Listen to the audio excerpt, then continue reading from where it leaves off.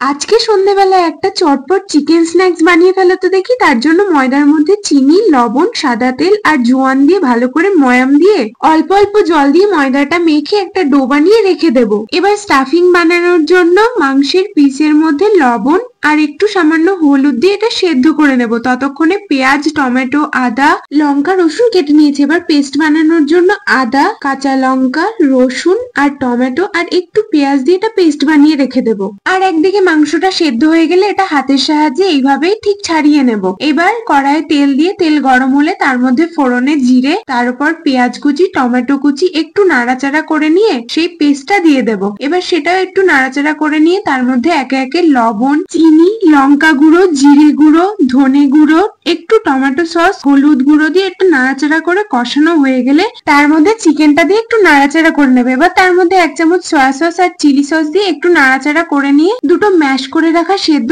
আলু আর রোস্টেড চিনেবাদাম দিয়ে এটা নাড়াচাড়া করে যখন কড়াই থেকে ছেড়ে আসবে তখন এটা নামিয়ে একটু ঠান্ডা করে নেব।